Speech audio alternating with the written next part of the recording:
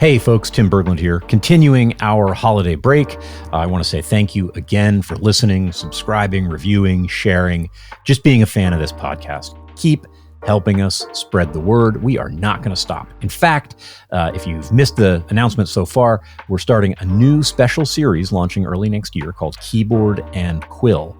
It's going to be this really intricately produced podcast. I'm talking custom sound design and music and all the super fancy editing you get on the high-end business podcasts. That's going to be about the intersection of, and the history really, of technology and data and the forces that kind of drive the systems that we talk about here, the systems we talk about how to build. It's called Keyboard and Quill. You should keep an eye out for that. For today's Best of, I've got episode 17, my interview with Eric Sammer. It's just always great to talk to Eric. What can I say? Need to get him on the show again soon. This was a fantastic conversation we had in the StarTree studios, both of us on camera at once. It was great. Go ahead and listen in.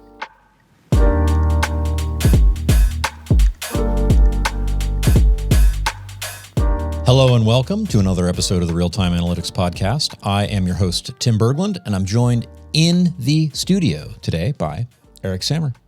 That is entirely true. Thanks for having me. It actually is. Eric, welcome to the show.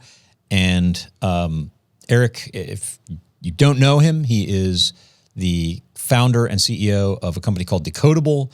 And Eric, for people, in case anybody doesn't know, give us a little bit of how'd you get to where you are? So Decodable is a stream processing platform. And what we do is, it's not wildly complicated. We connect to source systems, we process data in real time, and then we connect to sync systems, including things like Apache Pinot and StarTree, for which we love. Well, thank you. We love. Yes. To process data and make it available for whatever the use case is. And that can be as simple as cleansing and transformation and masking PII data, in the cases of systems like StarTree and Pinot, where that data is being served back out to some application in real time or user-facing analytics, all the use cases that I'm sure you could probably describe better than I could.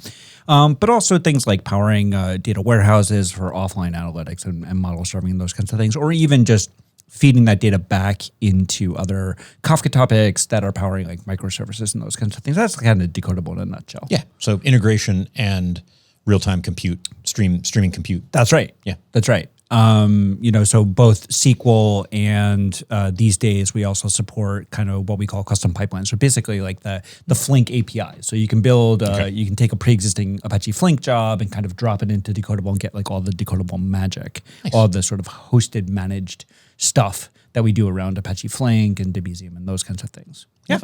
Love it. In the Pinot case, and we'll sort of get to Pinot. That's not necessarily what today's conversation is about. But in that case, it's, I guess, not unusual that you don't just have the topic lying around with all of the fields in it magically. This is what I would like my table to look like. Oh, look, I'll just ingest that. So doing that streaming enrichment or join prior to ingest is even that is a fairly simple thing to do. But Right. Nobody watching this show, but some people don't have the cleanest data in the world. Certainly. That's not our subscribers. But right. Then there are those others. Right. Yeah. So none of you, but some people are taking data from like various, let's call them legacy systems, loving systems, Yes. things that we care about.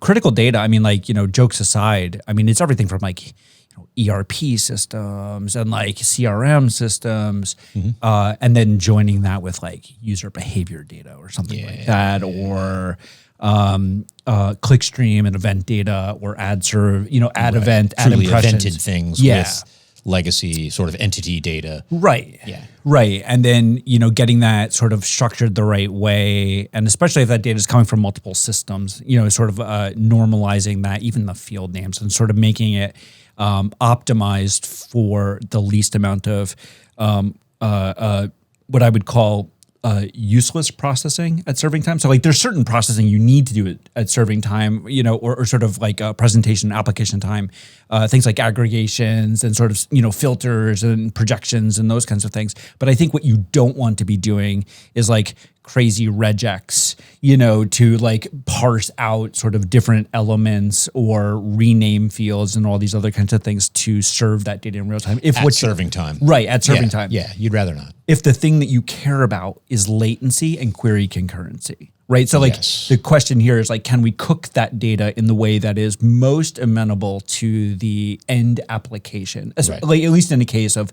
something like Pinot and StarTree. Right. Does that make sense? It really does. And this is kind of, we're going there. This is kind of what I wanted to talk to you about. This is Eric's first appearance on the Real Time Analytics podcast. I really don't think you're last. I think this is going to be a thing that we just do. I appreciate that. Of course. So I've been exploring this theme on the podcast recently. I'm calling it how to query a stream. Mm-hmm. And I think there's an interesting perspective. I just kind of want to, I want to get at the way you peel that onion and the way you think about that.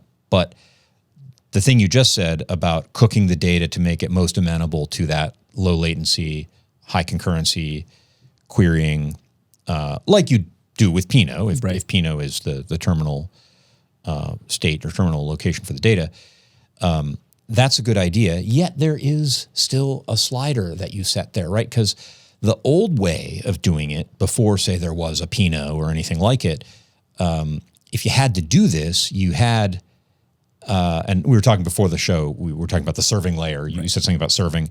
And where my mind goes, and this is a little bit, I think, unfair, but I think, oh, you mean the key value store in which you put your pre-computed aggregates. And so there's that side of the continuum where you've cooked it and it's plated and there's a little drizzle of balsamic and a puff of palm puree on the side. It's like, you did a thing, which is hard to do. And you have then no flexibility in the questions you ask in the serving layer. You get to look up the keys that you've prepared. And then from there, you've got, I will just execute arbitrary SQL against my Postgres table. And and what could go wrong, right? Literally nothing except concurrency and latency. Right. So in between, we've got all kinds of engineering decisions. And you're right, you do need to cook that data to get it prepared, but you still want some flexibility and interesting indexes potentially, right? And this is what I've been exploring is, what do you really want? What are the ways that you want to ask questions of those streams? So what is, Eric Sammer's position, Decodable's set of opinions?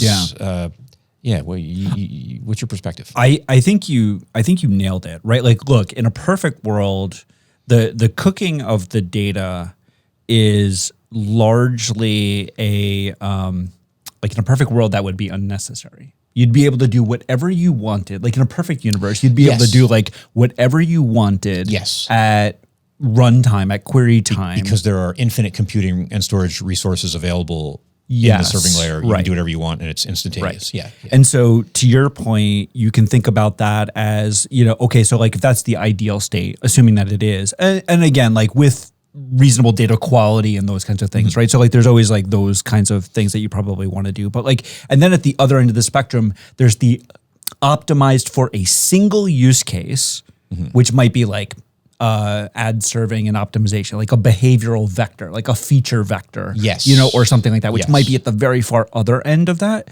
But again, like even that, is only going to be able to be optimized for a single use case. It's about specialization versus generalization. Yes. Right?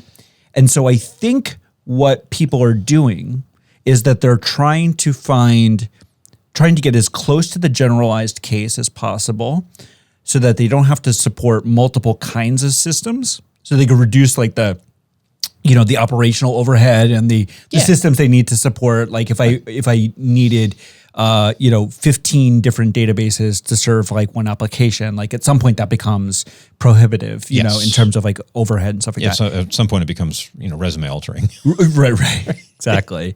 At that point you hit bingo, right? And like you just win the database, database bingo and like you're all set. But I mean, so I think that like that's not ideal. And I think what people are looking to do is figure out exactly where do they set the spectrum, where do they set the needle on that. And I think that, so I think if you have that single use case application, which I don't think anybody really does, or that use case drives so much revenue or so critical to the business that it makes sense to tweak for that. Ideally, you would want a more general system. And in that case, you're talking about just laying out the data and having the ability to change that structure of that data over time to be optimized for a set of use cases. Yes. And that's what I think the combination of a relatively flexible database system with some of the more advanced features beyond just like a KV store, right? More sophisticated indexing. Not that you have any sort of opinion or bias about this, but I mean, some, which is okay. I think to have. I think your bias is right.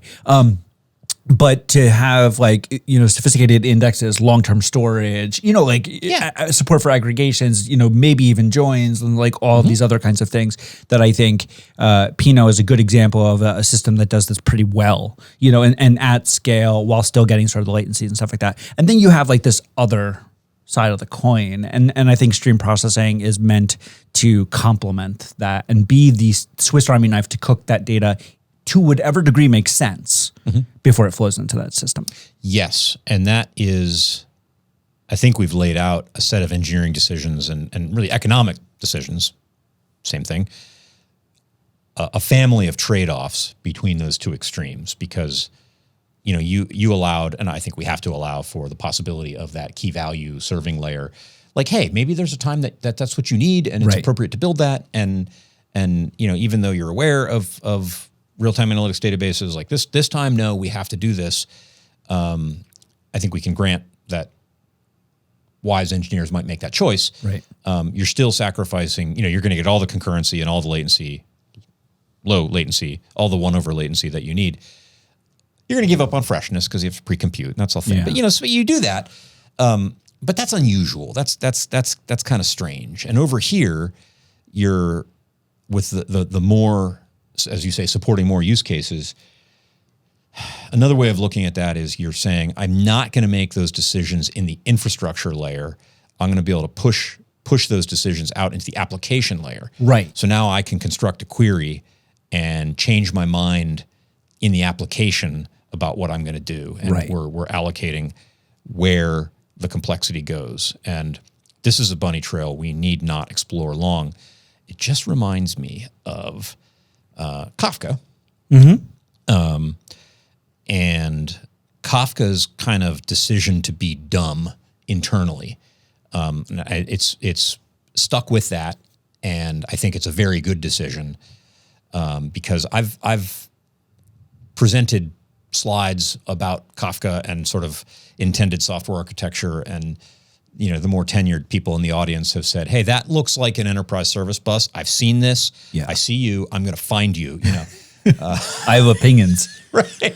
There are people who have been hurt, and that was justifiably, I can validate that pain, but that was the opposite, where all the smarts were in the thing and not so much out here. And Kafka said, "Nope, this is going to be dumb. The smarts are in the consumer." Right. And we're saying kind of the same thing, that there's a point at which you want the application to be able to tell the serving layer what it needs, and make the serving layer smart enough to be able to react to that. But because we don't have computers that are made out of high-temperature superconductors with no parasitic reactances and infinite storage, we're not living in a Star Trek episode. Right. You don't get to do all that. Yeah. I think, so again, if you believe that you are probably not going to exist with a single database system or a single source system, either the source or the destination, but you also don't want 20, right, or 50, to power a single application or a single service. That gets back to that. Right. We want that small as possible. Right. So, I mean, and again, there's technical reasons, of course. There's also economic reasons and operational reasons and all those other kinds of things. And so I think, at least the way I look at stream processing here is this is a system that can act as the right place to make decisions about what data is where, what shape it's in, and then give you the abstraction point, some of the intelligence that isn't built into like the broker layers and those kinds of things, which I agree, keeping that building block is actually very, simple is the right decision there, so that you can compose this in a way that makes sense for a particular application or system. Yeah. And I want to flag something. We're talking about Kafka, and we're also talking about Decodable. Yes. There isn't or any... I am. You are. I am. We have the founder of Decodable on the show. He's going to talk about Decodable. Kafka is kind of the de facto standard and everything, but there isn't any necessary connection between the two. In the case of Decodable, your integration and stream processing on top of things what hold events. Right. And Kafka is one of those things. Yeah. And I mean, for us, the way we think about the world is there's, the source side tends to be event streaming systems. Kafka, Redpanda, Kinesis, GCP PubSub, everything sort of in between. Operational database systems, OLTP system, Postgres, and those kinds of things for which we do change data capture and that as sort of the technique for integration. And maybe things like object storage and S3 and those kinds of things where we're sort of pulling files. And then on the sync side, it's all of those plus these real-time OLAP databases, which tend to be more on the destination side than than the source side. Yes. At least in our world, they're the source and from the application developer's perspective, right? Like because they're querying that system. Right. From the application, it's where you're asking, but from the perspective of the data, it's a terminal node. It's a terminal node in the graph. You don't have Pinot queries go back and feed streams. I mean, you could, but typically not. It'd be weird. Yeah. And then, of course, like the data lake, data warehouse systems also sort of come into play, which generally serve more of those. Or I think there's probably some overlap between those kinds of systems and the real time systems for sure. But like in the Venn diagram, there's like the set of workloads that are just like I need to store the last 500 years worth of click events, and I'm going to use that for offline model training or BI or something. Although, like I said, I think increasingly the real-time databases, I won't put words in your mouth, but I will say maybe those things in the Venn diagram overlap more over time. There are always fuzzy boundaries in these choices. Right. I used to get the question, does KSQLDB compete with Postgres? Right. Same deal. No. Well, no. But, there are going to be these little things where, I have this table that I'm feeding with connect from a topic, and I only have one index that matters. Well, okay, that's a fuzzy boundary there. Right. And so I think you're right about business analysis is not the driver for real-time analytics. Right.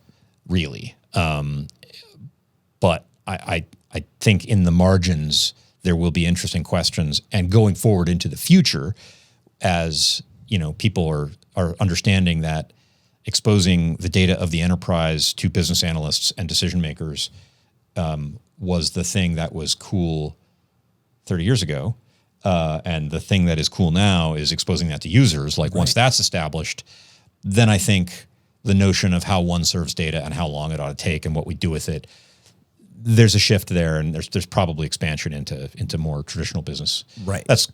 We're 5 years from that, I think. Right. Databases, though. Yes. Love them.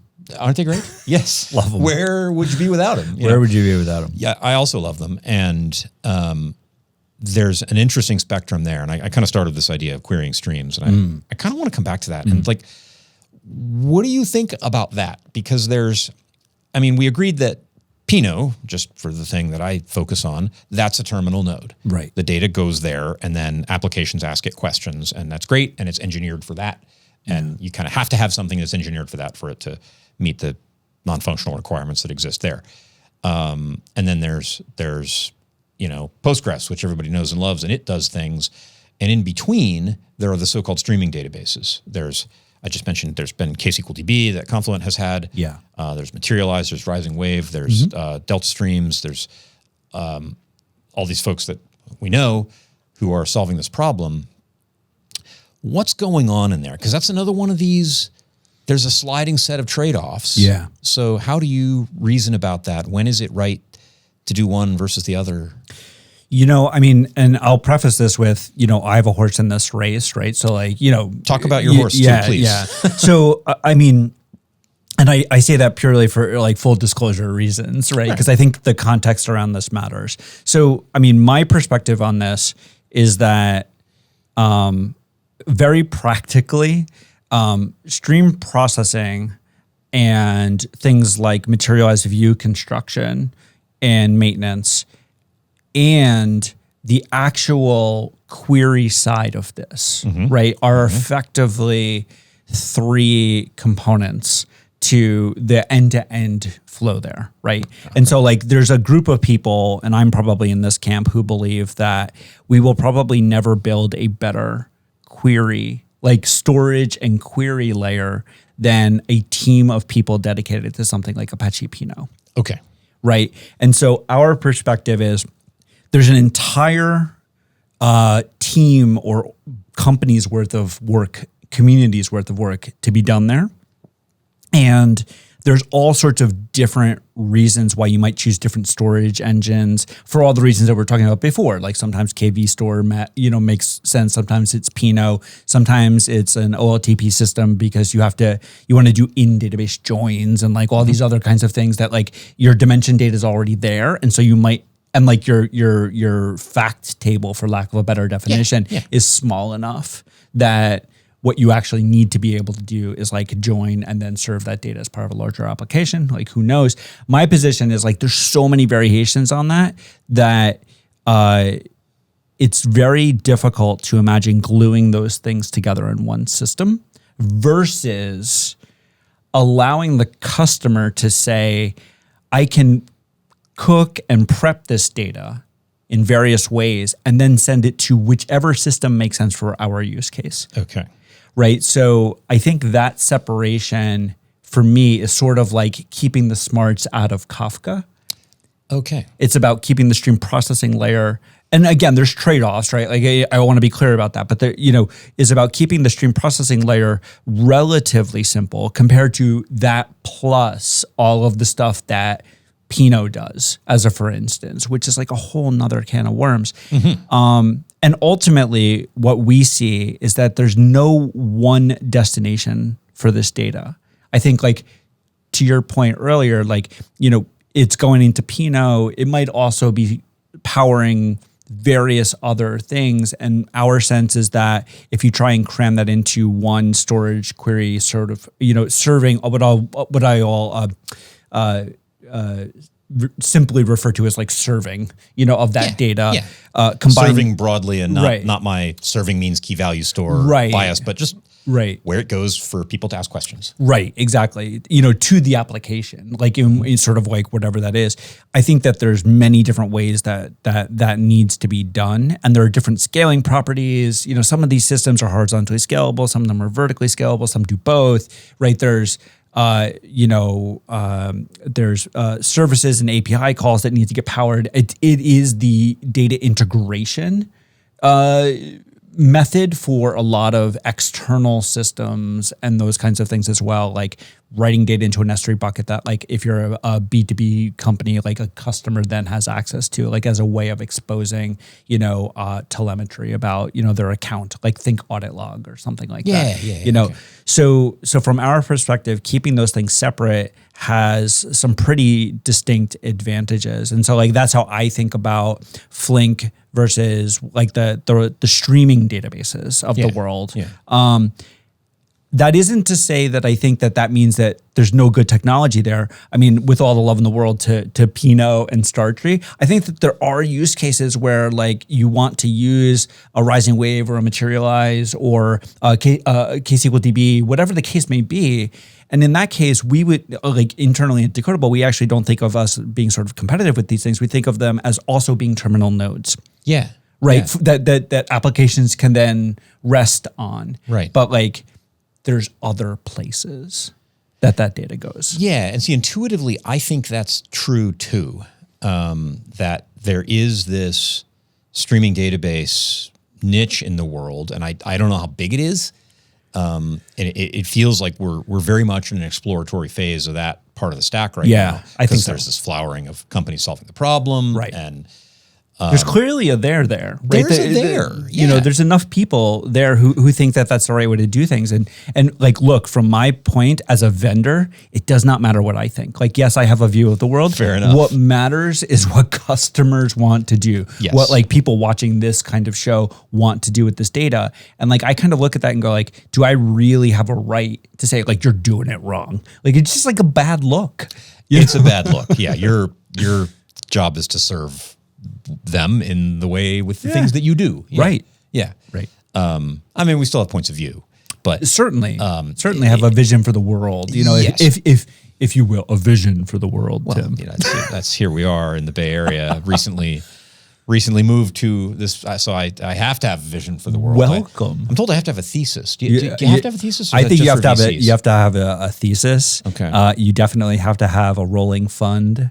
You Okay, know, like all right. you know, I have some puffy vests, so I think I'm okay there. you have a Patagonia vest. I have a good Patagonia outer shell. I don't think any of my vests is Patagonia. All right, And you I'm from get- Colorado too. So that's kind of shameful for me. You get a B plus. Okay. You get a Silicon Valley B I plus. got some good Patagonia pants too. Yeah. That they have seen some action. I'll tell you what. We'll let it slide. So okay.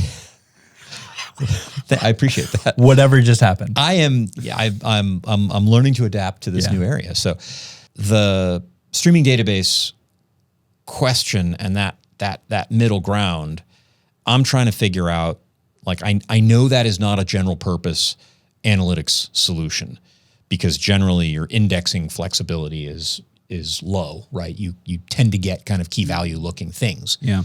And I'm just trying to nail down some parameters around. I mean, you're right that it matters what customers want, but also typically folks who listen or watch this show, they're like wondering, okay, well, how do I think about the architecture of this Yeah. new world? And I'm trying to get some parameters around what are, you know, is that more for like kind of transactionally oriented queries? Like I want point queries of things. Can I use those to do a certain category of event at a time, real-time analytics computations? I'm just not sure. I think, I mean, I'll be honest with you. Like, I think I could probably come up with cases where I think that makes sense. And maybe it's, you know, I don't know, some kind of like real-time matchmaking in gaming or something. I don't know. I could probably come up with like those kinds of things, or leaderboard, you know, surveying or something like that. Things that change frequently.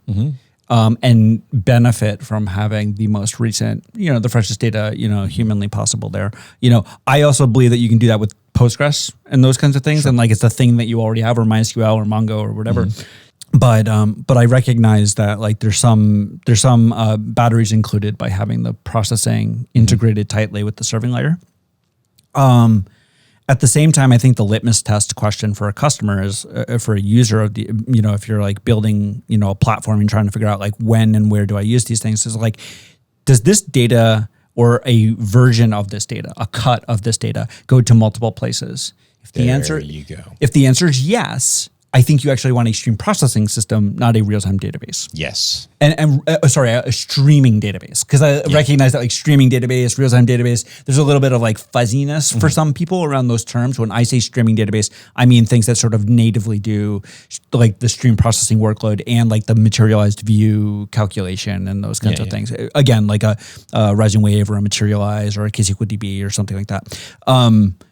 And I think if the answer is no, my data is only ever going to this one place, then like there are operational advantages, quite frankly. Like I'll put in a pitch for those guys. Like, you know, I think there's an operational advantage to not running a separate system, right? Stream processing plus, you know, serving, you know, done. Yeah. You know, and especially if that fits on like one node, those things are like very efficient with like that single node style deployment and stuff like that. So, you know, on the other hand, I think like for a lot of people, you know, or at least, and again, selection bias, the people that I talk to, they're like, I've got Pinot, I've got S3, I've got some Snowflake, I've got some, you know, 87 microservices. And like they all, you know, I need to make API calls to Twilio to send SMS messages when certain events happen inside of my system or something like that. You kind of go like, okay, like, look, that is a stream processing engine, which we think is Apache Flink, that is doing that processing, creating those curated output streams, and like, and you know, and you should of course be using Decodable. You should be using Decodable, absolutely, but 100%. And then sort of like connecting to those systems. And, some of them are append only. Some of them understand like updates and deletes and those kinds of things.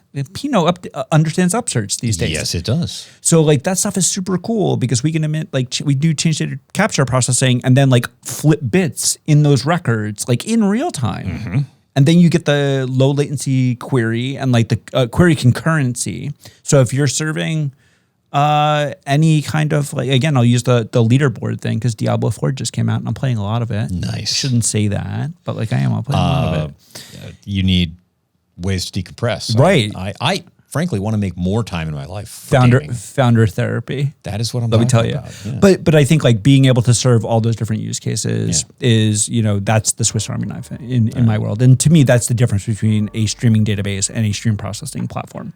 There's more to explore here. There's more to talk about in the world of stream processing. Next time. There will be a next time. Yeah, absolutely. My guest today has been Eric Sammer. Eric, thanks for being a part of the Real Time Analytics podcast. Honestly, all jokes aside, thanks for having me. This is really great. It's always fun to hang out. And there you have it. If you feel compelled to help us spread the word and grow the real-time analytics community, you can give us a rating on Spotify or Apple Podcasts or wherever fine podcasts are sold. If you're watching us on YouTube, hey, subscribe and, of course, hit that notification bell. And you can always share your favorite episodes on LinkedIn or Twitter or wherever it is you do social media. Thanks, and I look forward to talking to you in the next episode.